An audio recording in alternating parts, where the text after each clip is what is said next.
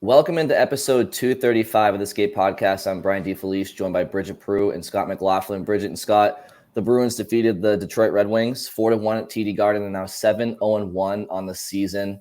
Opening shift. Scott, let's start with you. David Pastrnak's doing it again. 8 goals in 8 games, 13 points. He's tied for second in the NHL in goals, tied for third in points. He's so far ahead of he has more goals through 8 games this year than he did last year when he obviously ended up with 61. And, I think people wondered would there be some sort of step back with him with David Krejci and Patrice Bergeron both gone. The two centers he's obviously played the overwhelming majority of his career with. Well, no step back so far, and he's doing it with, I would say, playing on a line that with Marchand and Zacha that is still finding its chemistry. I think Zacha's still settling into his role as number one center. He isn't really lighting it up on the power play. He only has 1 power play goal so far. He does have 3 power play assists. But, 2 goals and an assist against Detroit. Another one on a penalty shot where, he gets a breakaway 4-4, ends up with the penalty shot, seals it with the empty netter on a bank shot off the boards at center ice. Just keeps finding different ways to score, no matter who he's with, no matter the situation. And, I think eventually he's going to start. That line's going to score more. He'll score more in the power plays. So, no drop off for anyone who was worried about that. My opening shift? Okay. Yes. I'm just waiting. Sorry. So my opening shift has to do with the fact that next game tomorrow, Monday night, is technically Matt Poitras' 9th game, which would mean the last game of his tryout period. So obviously we're going to keep an eye on him, though I think the decision is already made. We've said it many times on here before. Poitras right now is the Bruins' 3rd leading scorer behind Marchand and Pastrnak. They don't have any other option besides to keep him. He's made it impossible for them to send him down, and they just do not have another person that can play in that position. I think that their lineup right now has been clicking. Obviously, they don't even have regulation loss yet, so don't fix what isn't broken and send him anywhere. He is not going to learn as much as he's going to learn from being in the NHL. He's clearly NHL ready. Technically the last game of the 9-day trial period. But I think he's already sealed his spot. So I think we all agree on that one, and there's definitely more to discuss regarding Poitras as we go forward in this episode. For me, I'm going to piggyback off of Scott's opening shift a little bit, and David Pastrnak has been amazing, obviously, and they are going to need him to be their best offensive player and produce as so. That in mind, I simply wonder if the Bruins offense is relying too heavily on David Pastrnak. Not that he shouldn't be their leading scorer and one of the top scorers in the league, but I want to say, and I don't have the numbers in front of me, but I saw it last night floating around somewhere, and I thought it may have been Scott, but maybe not. I think Pastrnak's he's involved in around 50% of the Bruins' total offense. It's exactly 50%. He has 13 points. They have 26 goals as a team. There you go. So I guess my simple question is, and maybe this is where we start, but is it too small of a sample size, or is this probably going to continue where this is kind of how he's going to figure in? And if that's the case, is that too much reliance on one player offensively? Say he gets hurt. It is if it continues like this. Like you can't reasonably expect someone to be responsible for literally half your offense. I was looking back last year. Pastrnak was involved in 37.5% of their goals. Even Connor McDavid in Edmonton with the historic season he had was under 50% of Oilers' goals that he was involved in. So that's not sustainable. But I think for now, I feel like this is kind of what was expected. It's like this team's going to take a little bit to figure things out offensively. All new lines finding chemistry. New players being brought in, learning the system, whether it's free agents, whether it's a rookie like Poitras or Beecher. Injuries on the fourth line has, affected their depth. Not that you're counting on the fourth line for a lot of goals, but, work to be done there. Defensemen haven't really been contributing goal-wise very much. I guess just very recently, like McAvoy scored his first goal on Saturday. Grizzly had his first goal the game before. But, yeah, they're still waiting for all that to fall into place. And it's like, in the meantime, until that happens, Pastrnak needed to be the one consistent, reliable scoring threat, and he has been. So I think, ideally, other guys start picking up their end of the bargain and get going a little bit more, and then you don't have to rely on Pastrnak as much as they are. And I think that will happen, but yes, if it continues the way it has been, I think that's not a season-long sustainable recipe. And I have an idea for other teams. How about don't give Pastrnak a penalty shot?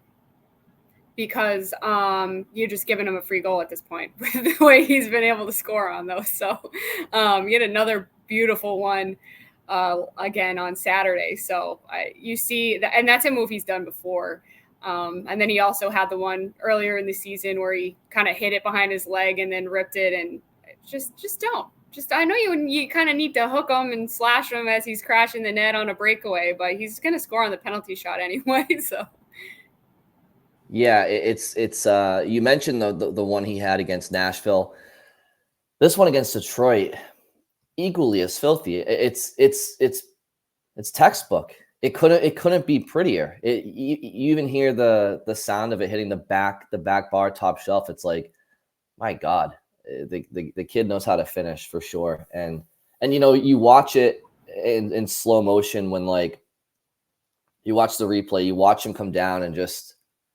It's all premeditated, and it honestly makes it's harder when it's premeditated. I feel like when you go down on a breakaway, sometimes you see what the goalie's giving you, but Pastrnak, like, and I'm sure there's part of that, but he goes down and, like, he knows he's gonna, like, pump fake before it's all premeditated, and to execute it, it's just really impressive. He makes it look easy is the best way I can describe it.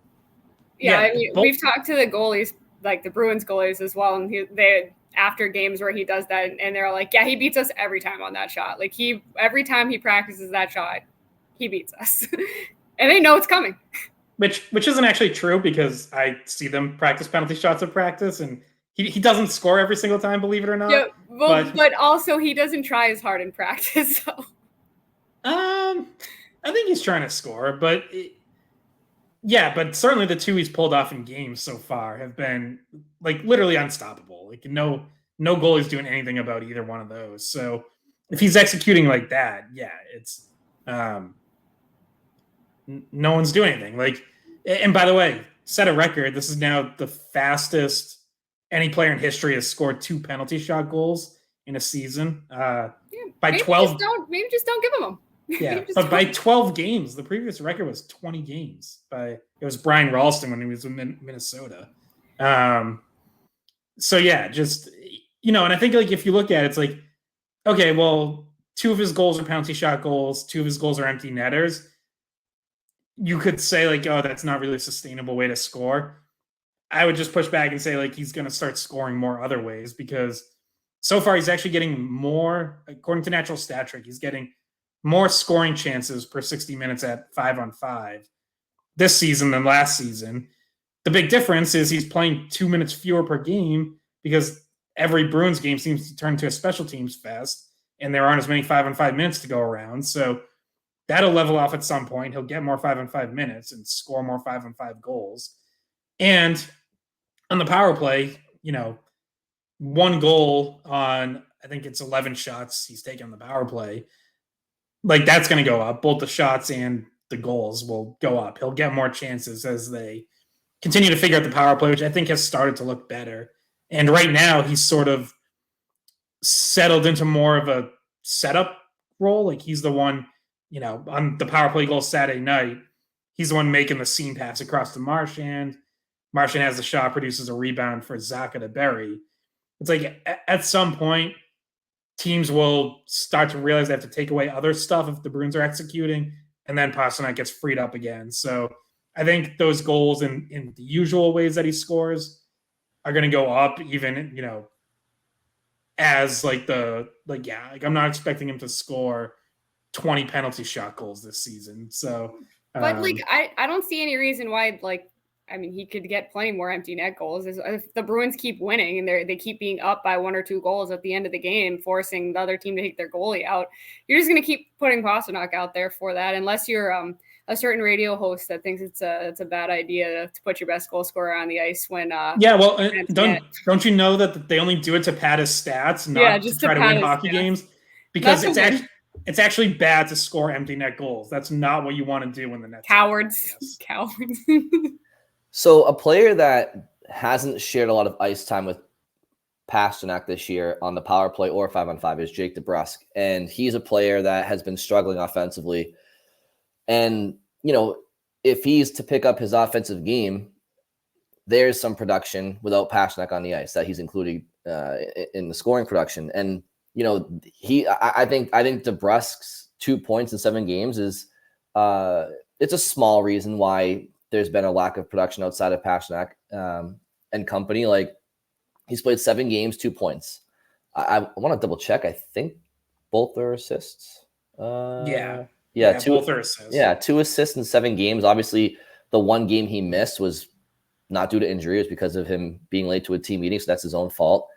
And, you look at Milan Lucic, he's played 4 games because he got hurt back in California, and he has the same amount of points as Jake DeBrusk in 3 less games. That's not good enough. So, how do you feel? How do you feel DeBrusk has played? I mean, last night against Detroit, I thought there were times he played well, but again, especially for him, he's a top 6 forward. I've said this in the past, and a lot of times actually pertaining to him a few years ago, but effort is the bare minimum. That's a bare minimum expectation when you're a professional athlete. So I don't want to throw a parade because I think he's played hard in a few shifts. He's still got to produce. So how do you guys feel DeBrusk has been so far this year? Yeah, I think you're right to distinguish. I think the effort's been there for him. And I think that line has looked good. Him, Poitras, and Geeky. I think they're playing good hockey, and they have scored a couple goals. It's just DeBrusk hasn't gotten a point, maybe in one of them, I think. One, he made the key play to set up, but didn't get an assist. I think that was the Anaheim game where he started the game in Anaheim, where he started the breakout with some good work in the D zone.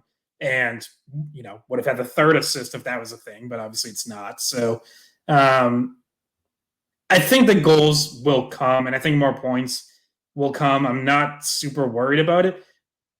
Right now, he is 2nd on the team in individual 5-on-5 scoring chances behind Pastrnak. Some of those are going to start going in. We know he's a pretty good finisher. My one concern is the last 2 games, he has 1 total shot on goal. Last year, he averaged about 3 shots on goal per game.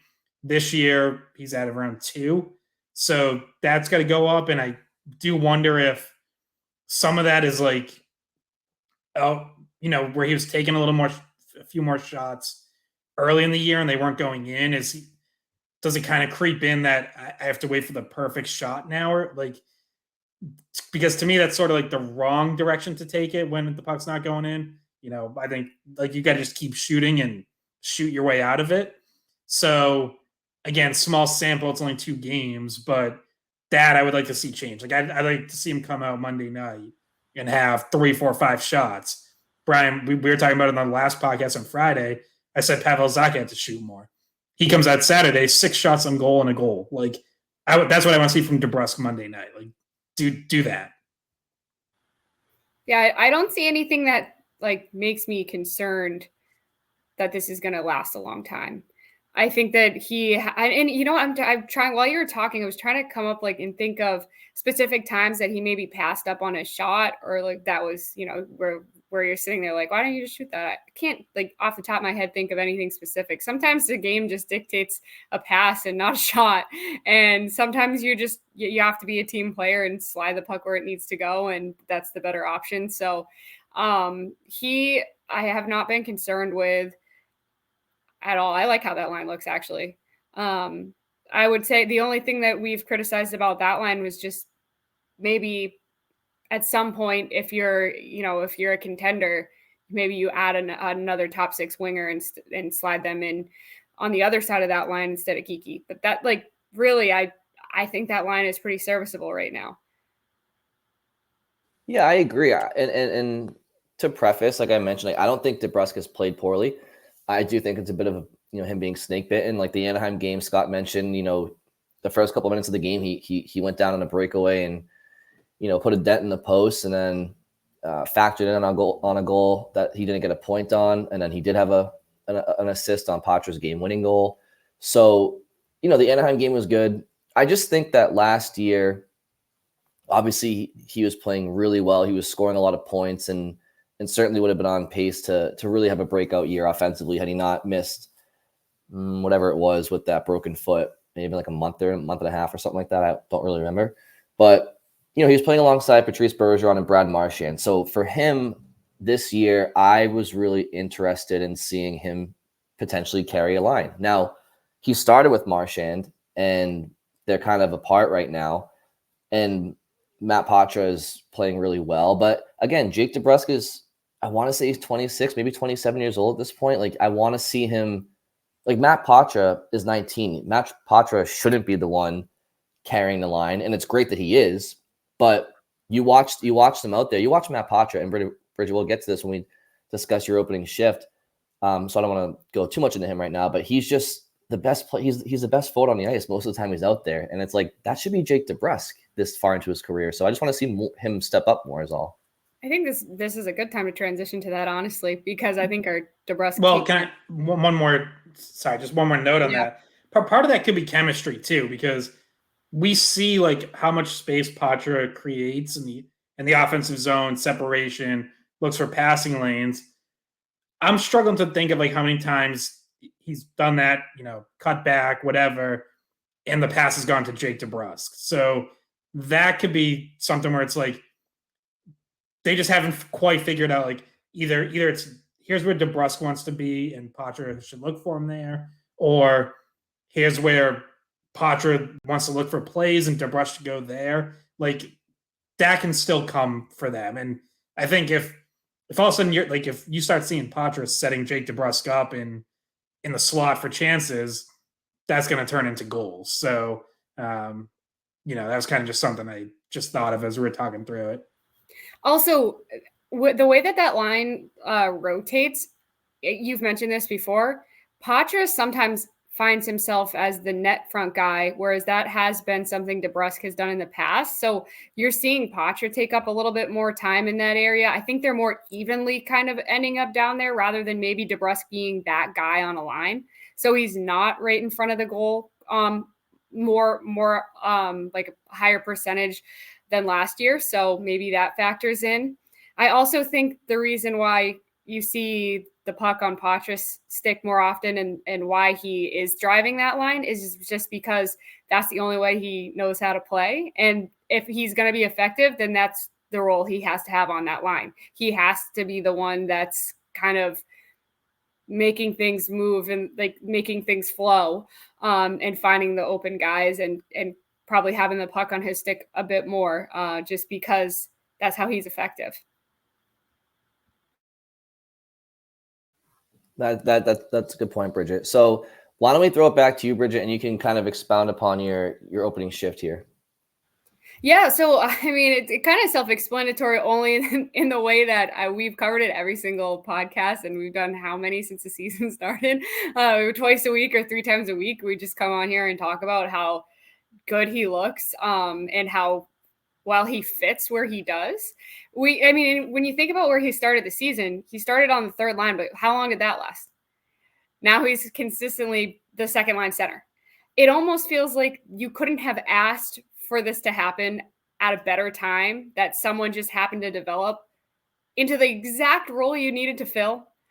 And you can't just get rid of that. Like, this fell into your lap, that he was perfect. He was the perfect solution and you had him in your system.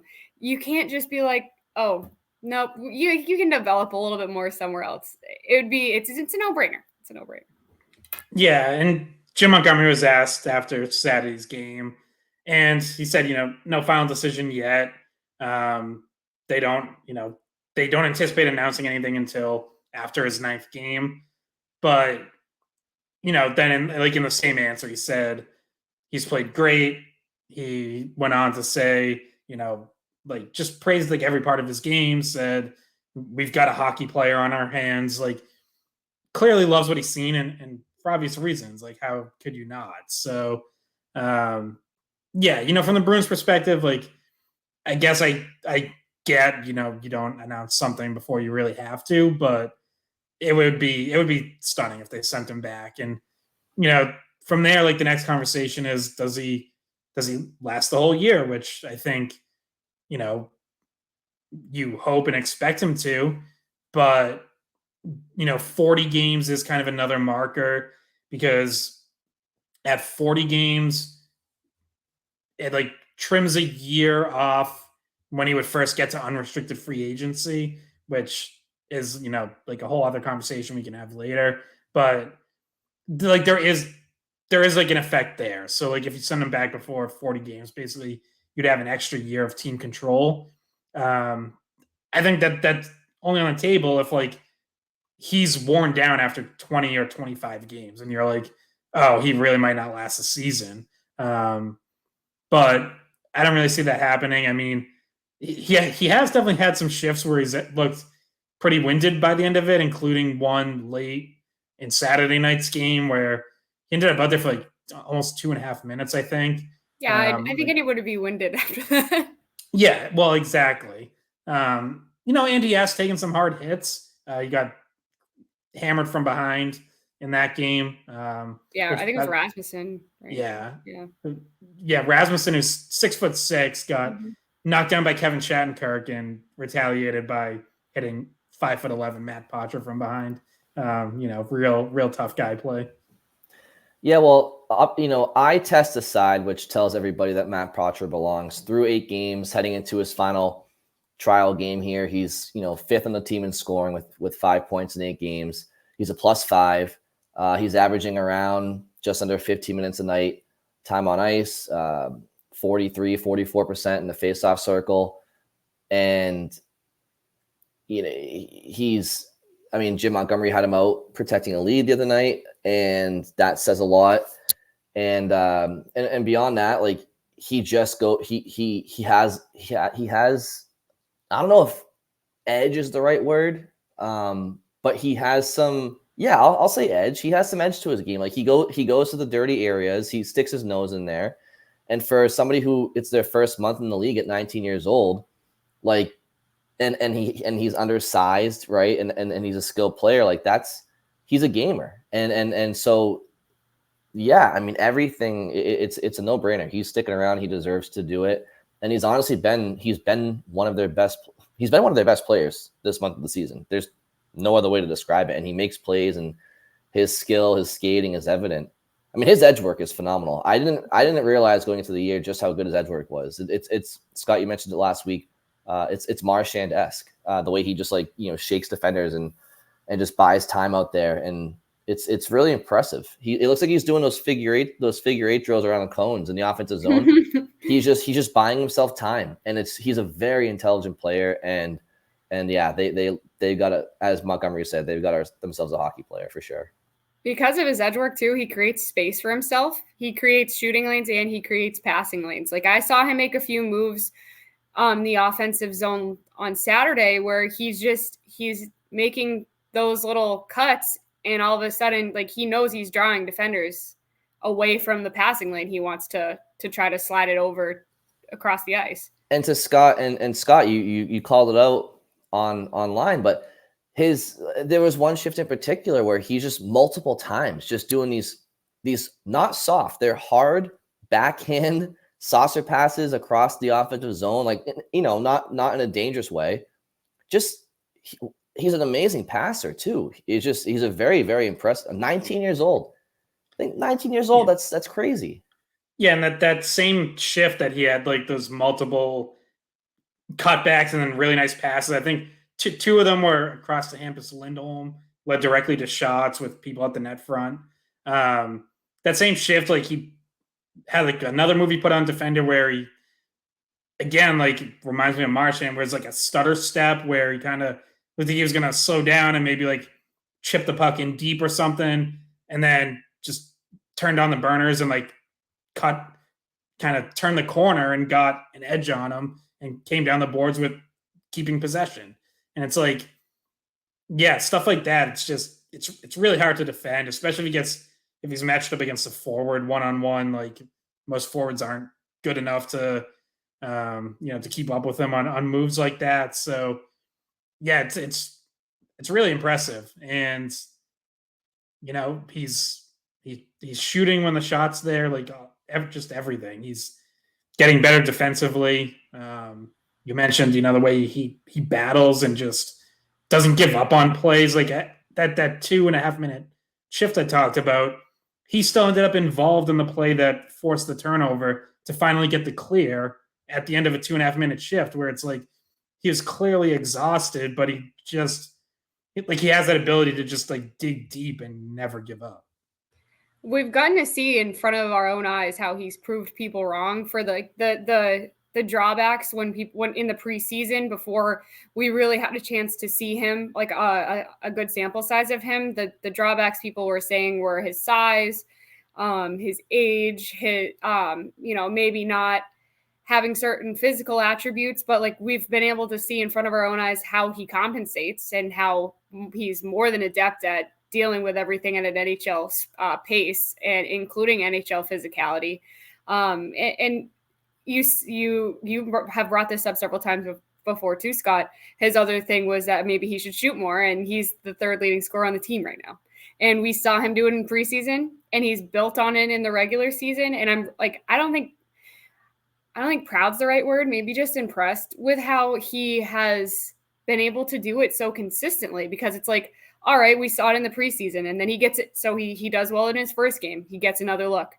Then he forces his way into getting another look. And then all of a sudden here he is, and he's forced his way all the way into the opening night lineup and into the lineup for the rest of the season. I think he's just proved everyone wrong that thought he wasn't ready for whatever reason. He has, and you know what? For a 19-year-old, sometimes that's a lot of pressure to be put under, and you don't play your best. But he has this personality that I think, Scott, you probably picked this up off of him too, like being around him. He's just like got the quiet confidence of someone who feels like he fits in and feels like part of the team, and feels like he's exactly where he should be. Like, to him, he doesn't think, oh, this is scary, because he's like, this is what I'm supposed to be doing. So I've liked the way he's dealt with everything on the ice, and I think his personality has really done him some favors in terms of being ready for the occasion. I agree, Bridget. And Scott, you mentioned, and Bridget, you just mentioned it as well, but earlier in the preseason, how he just needs to shoot more. And yeah, he's tied for sixth with, I think, at least two other players, I think. He's tied for sixth in the team in shots on goal through 8 games so far. And I mean, that's not a stat that's going to like wow you, but it's notable considering his age and it's his first few games here. So yeah, it's incredible. I mean, when you think about it, it's like, most kids his age, it's like when they're playing hockey, they're taking pictures with their parents, for senior night in March, like in high school, like somewhere in Stoneham or, Billerica, Scott, or wherever. It's like that's how old he is. He's so young. He's like barely like just had prom, if he even had one. Probably not. He's playing. No, because I think it would have timed out for like COVID or something. Right. And when you're playing in junior, I think they're just homeschool or something. I really don't know. But my point is, it's incredible. He's still taking some classes too. So I don't know if that's gonna continue all year if he sticks in the NHL. But yeah, he's still doing like online schooling while he's here. Maybe for college, for what? Yeah, like Canadian university.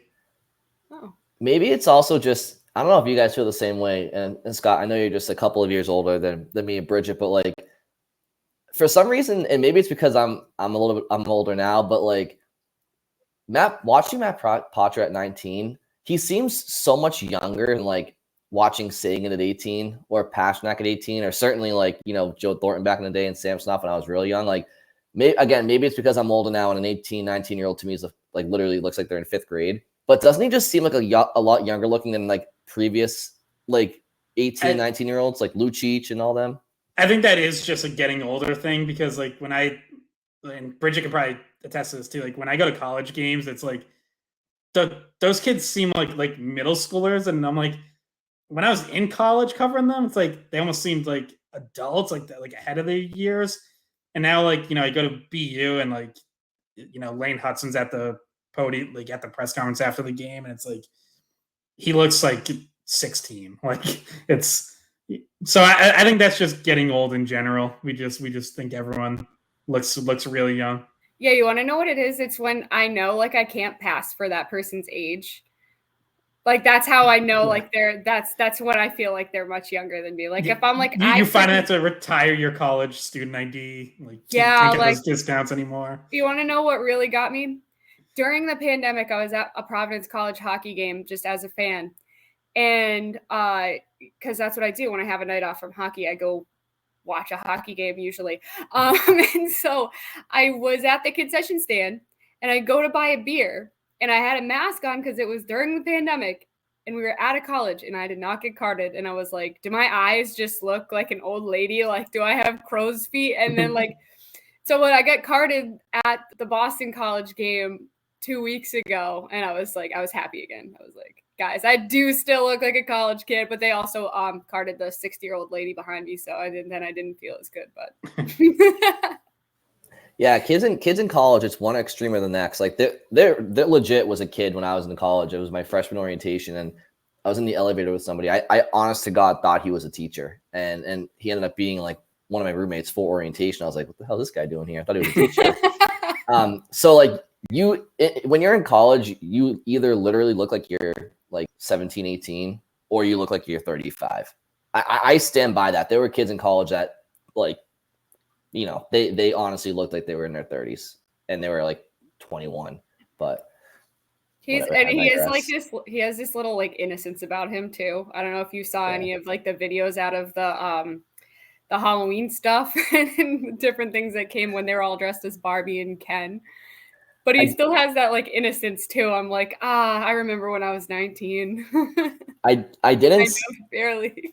I didn't see that, but I do know what you're referring to as far as his personality, because you see it on Behind the B and stuff in the locker room. Like he's just giggly. He's always giggling, like, moving his head around, like, he's kind of shy. But there was a really cool moment in the most recent episode where before the opener, they had Chara, Bergeron, Krejci, Tim Thomas, maybe Rask, like some of those guys go into the locker room, just to be a presence or whatnot. And Bergeron, afterwards, they all went around, shook everybody's hand. And there was a cool moment that they captured Behind the B of Bergeron shaking Poitras' hand. And you can see, like, when Bergeron was playing, like every time somebody new came into the dressing room, or you just heard people talk about him, they would always say, like, anytime somebody was traded to Boston or traded away, like he was the first person to wish them luck in their next team or to welcome somebody in. Like he would text them right away, whatever.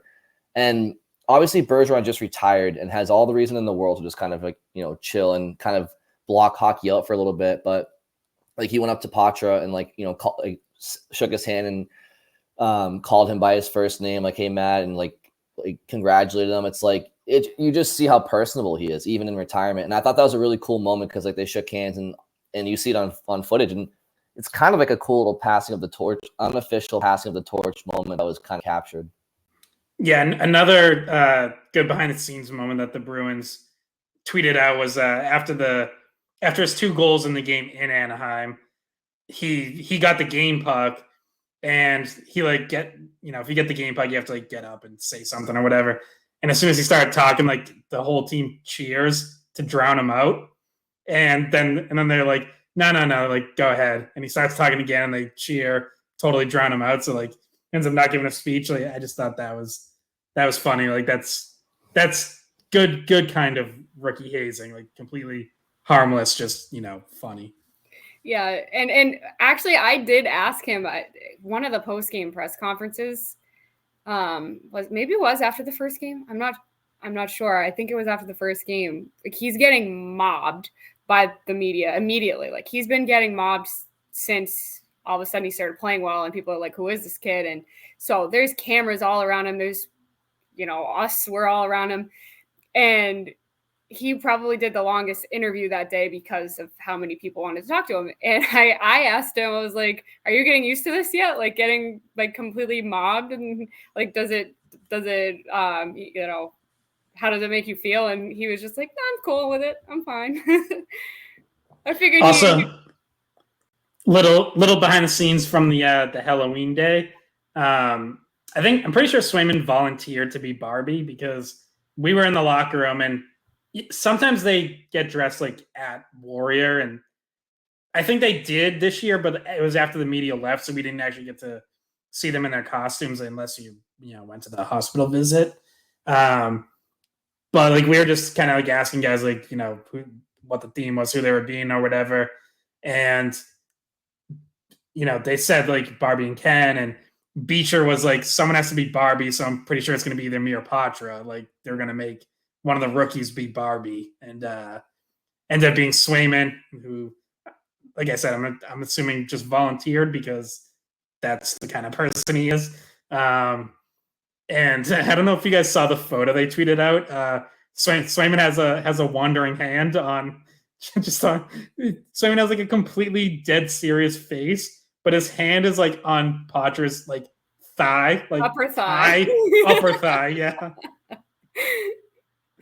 Yeah, I saw all those pictures. They make me laugh every time. Last year, they had Forbert dressed as Princess Peach, and he did not look happy about it. I don't think he chose to be Princess Peach, but I don't think Derek Forbert has ever looked happy about anything, though, in fairness. No, that's true. But I have a very sad-looking picture of Derek Forbert on my phone in the Peach costume, so.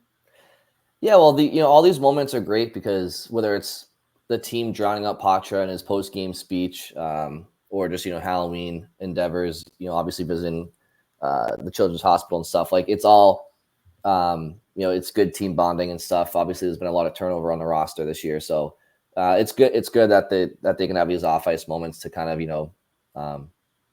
continue to grow closer as a team. So obviously, Bridget, you mentioned Halloween. I think this might be a nice little time to maybe, wow. Wow. Now we're talking. The queen of the podcast. What was your was that for a party you've already been to or that you're going to? Are you trick or treating? Which one is it? I'm trick or treating. Mm-hmm. Hey, I still trick or treat. Nothing wrong with that. No, this was my Queen of Hearts costume. The fan used to have more cards on it. I broke it. Yeah, that was Queen of Hearts. Nice. Have a nice crown for those of you who can't see it on. if you're listening. I'm being a 30-something guy who wears a soccer jersey and a hat from a brewery. So yeah. Well, I was just gonna say, you're killing it. You're nailing it. I was just gonna say, Bridget, I don't know how on earth you convinced Scott to give you his costume from last year, but but I don't know. I'm glad he did. All right. So what I was saying though was maybe we can do a little fun Halloween themed segment, trick or treat Bruins edition, and maybe we each go around and just think of one or the other, either a trick or a treat regarding this Bruins team, or maybe it's a league thing.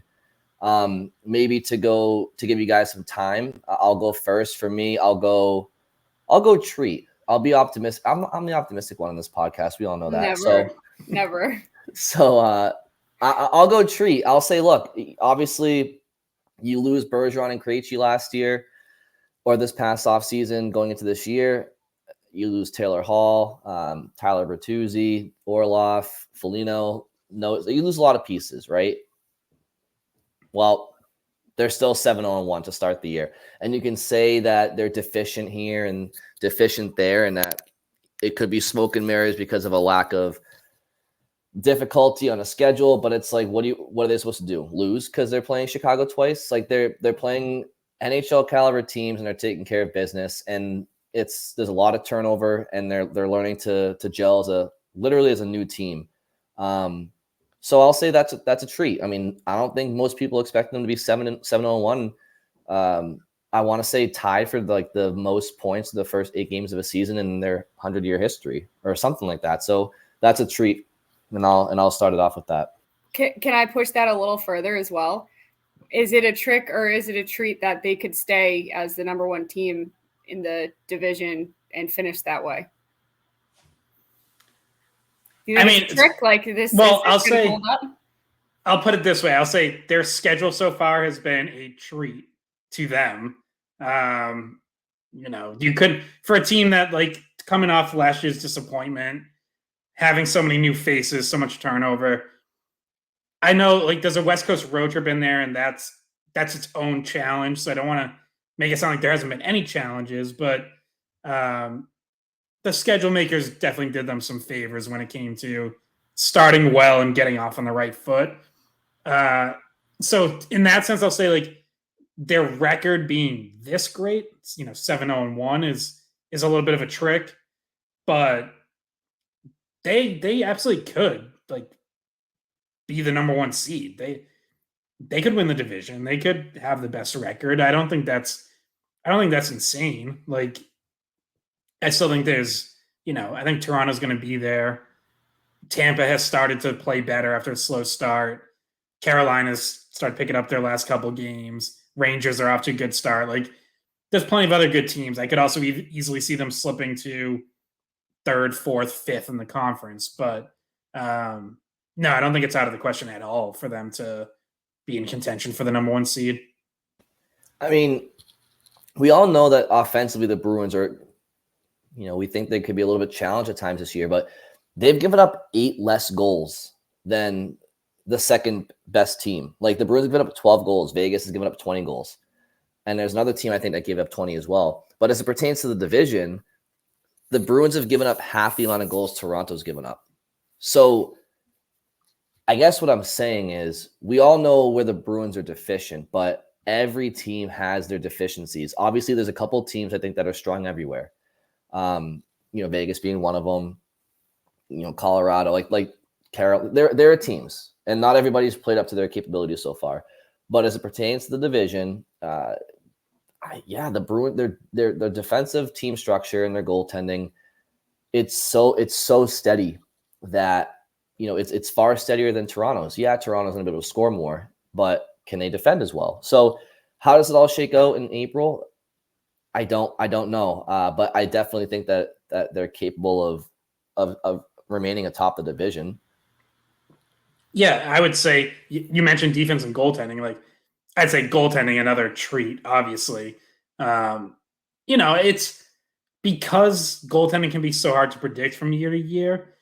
It was fair to wonder if Ullmark and Swayman would be certainly as good as last year. I mean, last year they were like historically good. How much of a drop off would there be?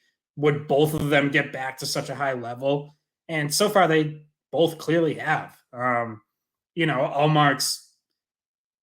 out there for the collapse Thursday, but I don't really think that was his fault. In fact, I think during that whole sequence where Anaheim gets those 2 goals late, I think he actually made some really good saves that, we would have been talking about as like, wow, Ullmark really bailed them out with those couple saves and then finally cracked. It's like you can only hold on for so long when your team can't get the puck out and keeps giving up grade A chances. So I don't put that on him, but that's the only time this year that either goalie's given up more than 2 goals. Like it's crazy. So, Swayman goes out and has another great outing against Detroit, only giving up the 1 goal. Made some other saves in the 3rd period when Detroit was pushing, trying to tie the game, trying to get back in it. It was. I looked up. This is classic writer move. If you look something up and get to the bottom of it, it's bound to get thrown out the window right away.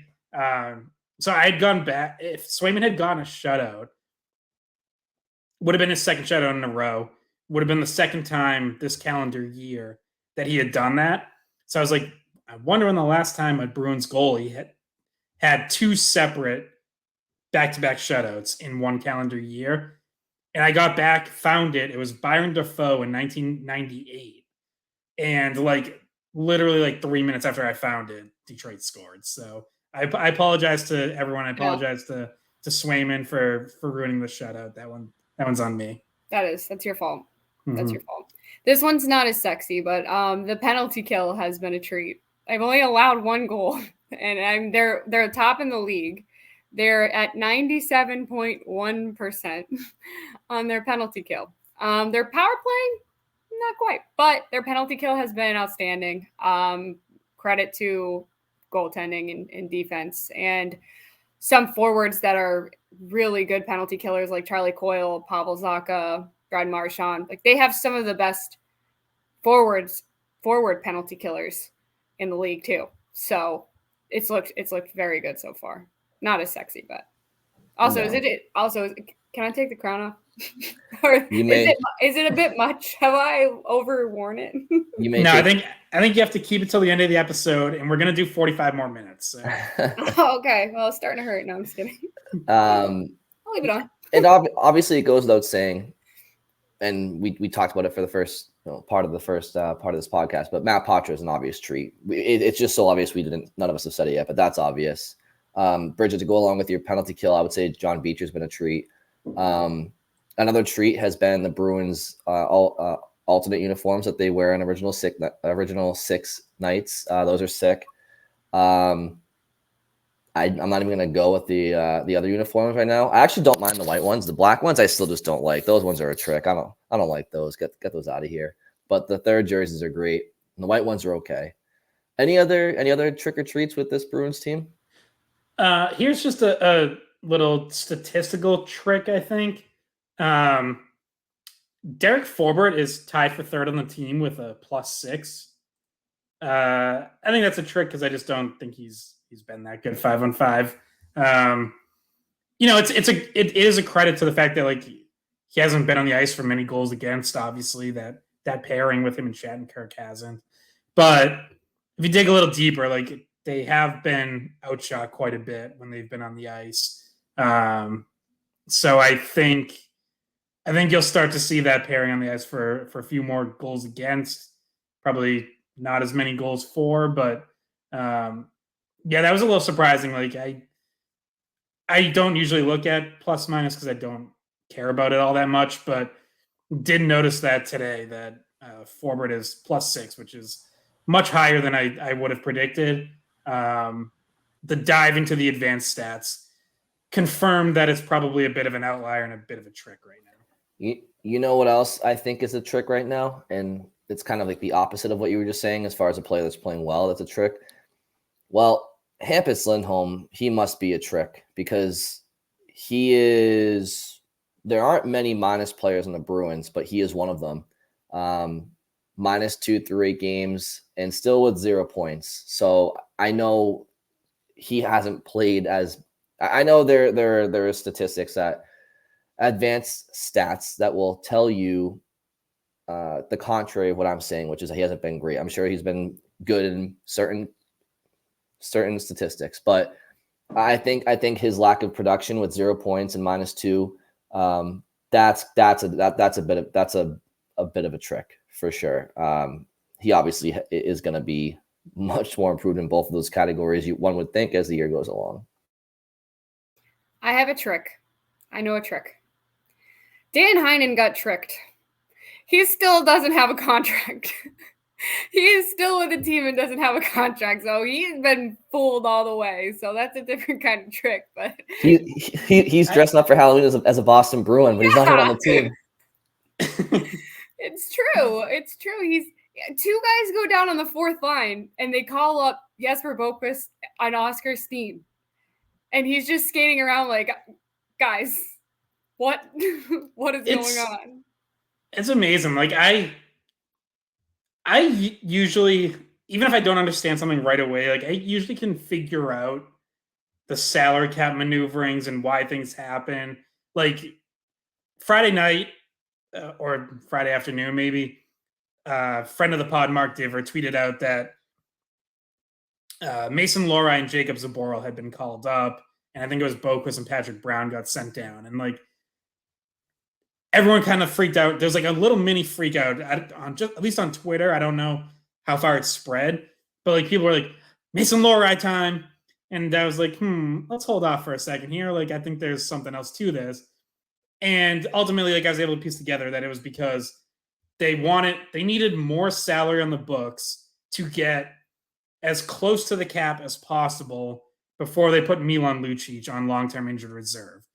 The reason they do that is because once Lucic goes on, however close you are to the cap, that allows you to go that much more over the cap once Lucic goes on. So basically, if you're right at the cap and you put him on, you can go $1 million over, like his whole salary.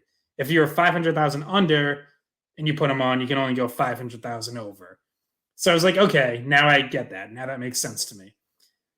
This Heinen thing, there's got to be some reason for it, but I can't figure it out. Like I've said before, I thought maybe the Poitras 9-game thing had something to do with it. So like maybe Tuesday or Wednesday it happens, but I don't know exactly what that has to do. Like I would have thought Lucic going on LTIR would clear up whatever that issue was, like having kind of the extra roster spots. So yeah, I don't get it. Like I don't even have like an educated guess at why he's still not signed, why he's just chilling, hanging around, practicing every day. And what's even more bizarre is like, and we touched on this in the last pod, was on Thursday, he was skating on the fourth line at morning skate. And yeah, I was at work. I was doing the midday show and I'm like reading all of the, the reporting coming out of practice. I even put it in my trending. I was like, Lucic and Lauko are going to miss time, but Dan Heinen's skating on the fourth line, and like we'll see if he gets a contract. Like I literally put that in my trending, and then it just didn't like turn into anything. Yeah, it's and because Jesper Boquist that day had skated before morning skate, so like to me, it's like usually how they line up at morning skate are their lines for that night. So I was like, oh, this looks to me like Heinen's going to get signed. Boquist is going to be here as the extra forward. Nope, still no deal. Saturday, still no deal. So I don't know. We'll see. Maybe it's coming, but I'm sure. I'm sure they have to have some sort of handshake agreement, because otherwise, I don't know why he would just keep hanging around practicing without having a contract. But it is weird, and like I wonder if at some point, if it drags on too long, does he just look elsewhere if there's anything else available? I wonder if on Halloween he'll get a treat, because Monday is the last game to decide about Poitras. Tuesday is Halloween. I don't know. Maybe Halloween he finds out if he's been tricked this whole time. I got one last question for you guys. Has JVR's been great so far this year? I think is that a trick or a treat? Is that something that we can expect for the most part of the season? I think. Well, yeah, I'll let you guys go. There's one more. Okay. I think treat, because I think he's playing. Like I don't think he's putting up points out of luck or anything. I think he's playing well, whether it's 5-on-5 or on the power play. I think he's making good things happen when he's out there. He's around the net. He's throwing some hits. He's playing physical. Like he looks good skating with the puck. So I would say treat, not just because he's playing well, but also because you have him for only $1 million. And what we've seen so far is a player who clearly worth more than $1 million. Well, looks like we had a lot more treats than tricks, really. So that's good. That's a good way to sum up the first 8 games. That they are 7-0-1. So yeah. So there you go. More treats than tricks. Sorry, Dan Heinen. All right, guys. Well, that probably wraps up for most things Bruins related over the last. I mean, we talked about them the other day, Bridget, when you were working. Scott and I did the last game, so we've covered a lot of tracks so far, a lot of bear tracks. Bruins should use that as a segment. Bear tracks. Oh no, wait, they do. I think they do. Is it? They do. Yeah, it's in the summertime. They follow all the players around. Yeah. Oh, here's Jeremy Swayman in Alaska. Bear tracks. Anyway, so do you guys have any other things to talk about here? Well, Joe Thornton retired, so that's I mean, he hadn't signed anywhere, but he also hadn't officially announced his retirement until Saturday. He put out a video in which he was shirtless, which is perfect, just classic Joe Thornton. Um, obviously, like it was so long ago that he was a Bruin, but I loved Joe Thornton when he was on the Bruins, and always thought that the way he kind of got buried in the media and by some fans, I always thought was unfair. People point to like that '04 playoff series, and it's like he was playing with a separated shoulder. He was not even close to 100%. The year they trade him, he wins the MVP with San Jose, and was off to a very good start to his career when he was in Boston, and in San Jose took it to a first ballot Hall of Fame career, 12th all time in points. Like I wish he had won a Stanley Cup. That's obviously the one knock that will always be on his resume. Closest he got was when San Jose went to the final and lost to Pittsburgh. But yeah, I always liked watching him play. I always liked his attitude about things, which I know is part of what some people ripped him for. Is like, oh, he doesn't seem like sometimes it doesn't seem like he cares or that he's devoted or whatever. Like he doesn't get fired up about things. I always kind of liked that he seemed to be the one, like that San Jose team for so many years always had other leaders who were more serious, like a Patrick Marleau or a Joe Pavelski. And I felt like he brought like levity, and like the most famous one is when Thomas Hertl came into the league, and he got off to like an incredible start and was scoring a ton and had a ton of media attention on him, and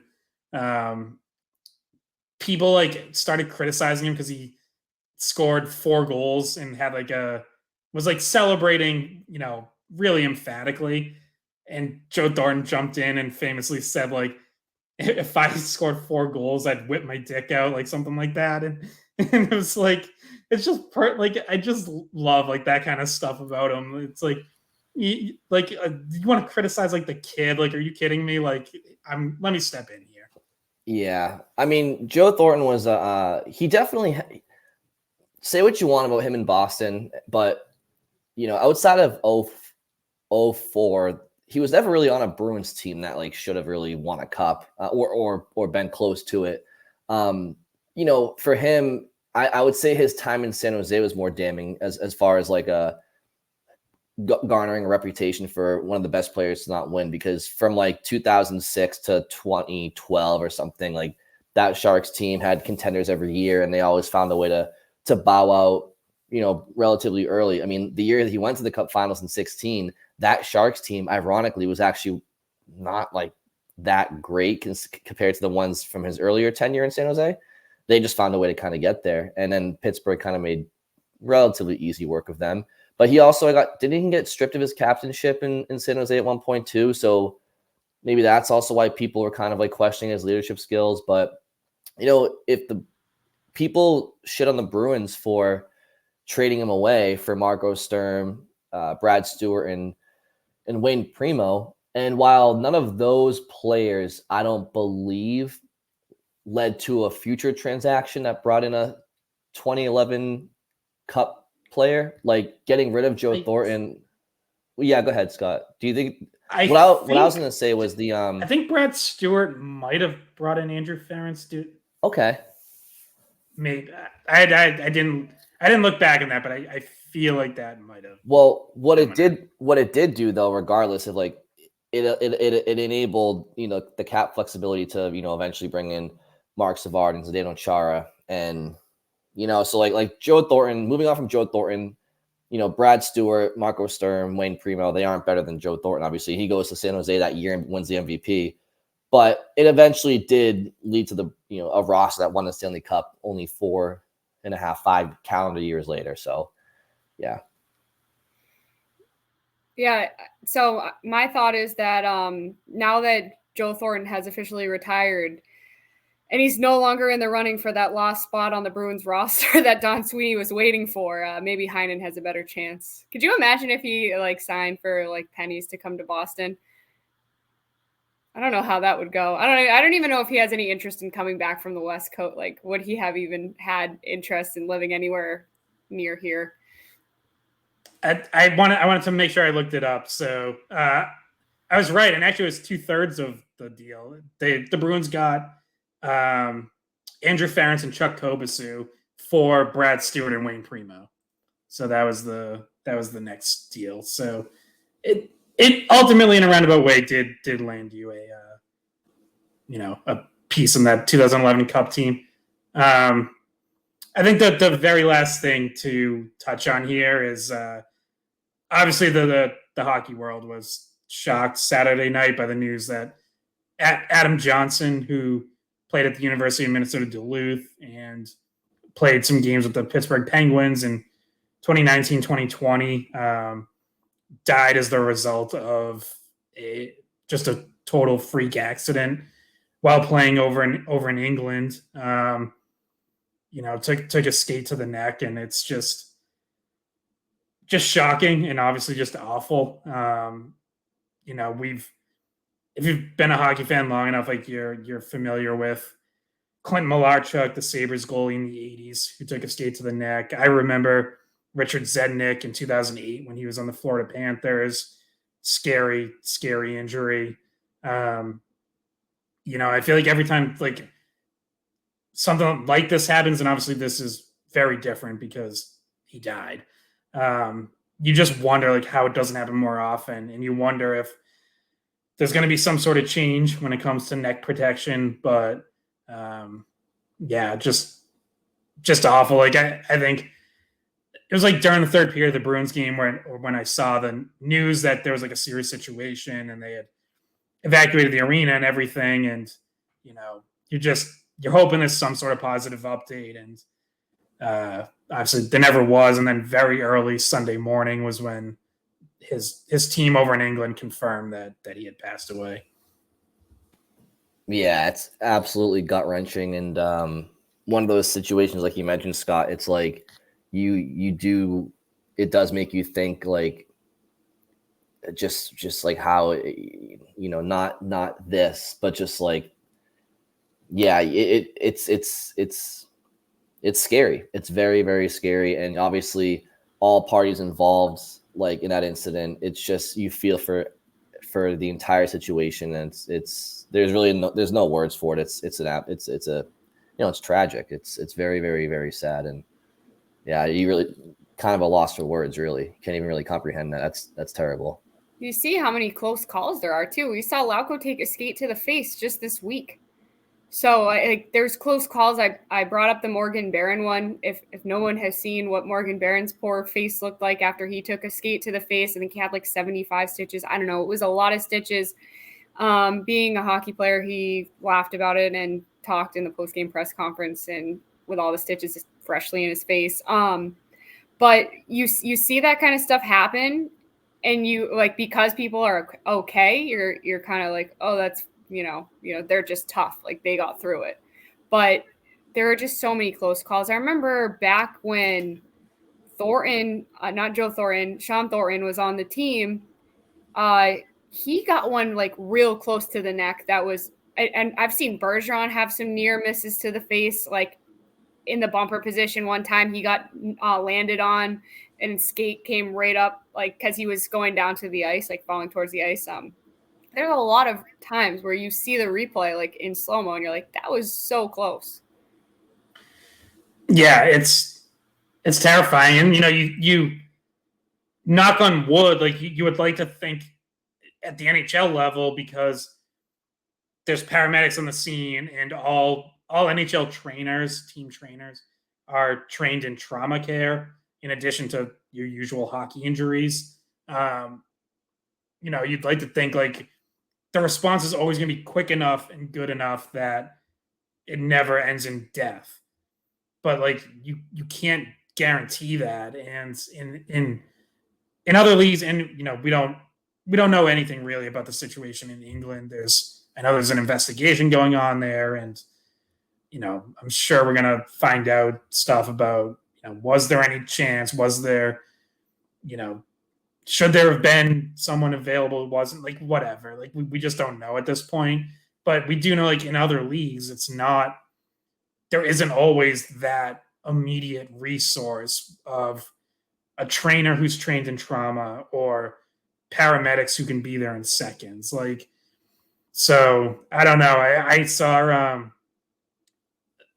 Rob Chalmers, who does a great job covering a lot of Bruins prospects, tweeted on Sunday that several Providence Bruins players were wearing neck protection who usually don't, including Fabian Lysell, Jason Megna. I think there might have been one or two others he mentioned. And like, I do wonder if like you're going to see more of that, players wearing it voluntarily. And I wonder if you're going to see leagues, talk about mandating it or, whatever, because obviously it's, it catches your attention anytime one of these incidents happen. But obviously when it results in death, it's really, another level. Yeah. And, as a player, it's just something that you don't even think about normally, right? Like an event like this just really, it slaps you right across the face. It's as a player, it's the last thing on your mind when you're playing hockey that something like that could happen. I absolutely hated wearing neck guards when I was playing. It's like when I got to a certain age, I was like, take this thing off me. Like, the Velcro gives me a rash. Like, it makes it like makes you think it's harder to breathe when you're skating in practice. Like when you're doing conditioning, it's like, get this, like, you know what I mean? It makes you feel like you can breathe easier. And your mind just never goes there. It never goes there. And especially when you're playing, things happen so fast. It's the last thing on your mind. And there's nothing you can really do from a gameplay perspective. Like, you're always going to have blades in your skates and the game goes quick. So it's like the only thing that you can do to prevent something like that again is like mandating, neck guards and stuff. And oh my God, what a tragic story it is. But, oh my God. Yeah. And I know at least Bauer and probably other companies, they make the shirts that come up over the neck with like the same sort of cut protection you can have like around your wrist or legs. So there's different options other than just the traditional neck guard that, we probably wore growing up. But you're right. I mean, like I mentioned the Zednik thing. Like, to me, I guess like I was probably aware of Clinton Malarchuk before that, but the Zednik one was the first one I remember seeing and being like, holy crap. Like that's like an actual thing that can happen in a hockey game. And by that time, like, I was 18 and I was basically done playing competitively at that point in my life. But I was like, yeah, you're right. Like, growing up, it's like never crossed my mind, never thought about it. I never had a close call playing. I don't remember ever seeing one. So it's just like out of sight, out of mind until it happens, and it's like right there in front of you.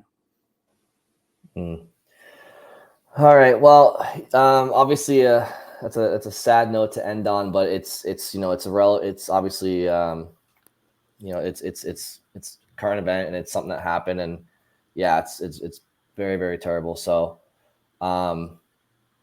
I guess we'll just probably wrap it up here. Any final thoughts for either one of you before we close out here? Florida Panthers rematch. That's what we have next. So yeah, we'll be recording after that, and we might take some questions for that. Probably won't be a full mailbag episode, but if people have anything they want to send in, skatepod@weei.com, at the skatepod on Twitter, or WEI on YouTube. You can leave comments on our video too. Excellent. All right. Well, thank you all for listening. Enjoy. Have a happy and safe Halloween if you're doing something with your family or your kids or whatnot. Or you're an adult and you like trick-or-treating yourself. There's nothing weird about that at all. But anyway, thank you all for listening, and we will talk to you very soon. Hey guys, thanks for watching the Skate Podcast. If you want to see more of our videos, visit our playlist. Not in front of a screen? You can listen to us on Spotify, Apple Podcasts, or wherever you get your podcasts. Don't forget to follow us on social media. And if you enjoyed this video, please don't forget to give us a thumbs up, subscribe to our channel, and